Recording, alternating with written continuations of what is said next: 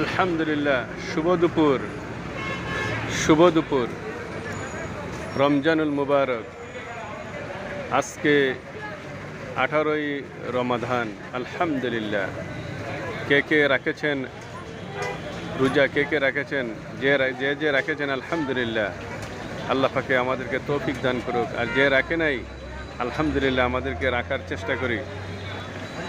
আলহামদুলিল্লাহ, আল্লাহ রসুল সাল্লাল্লাহু আলাইহি ওয়াসাল্লাম রমাদান যখন আসতেন তখন বিছানায় পিঠ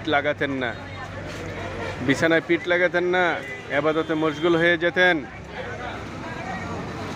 আলহামদুলিল্লাহ, আমরা আল্লাহর হুকুম আর রাসূল পাক সাল্লাল্লাহু আলাইহি ওয়াসাল্লাম তরিকা অনুযায়ী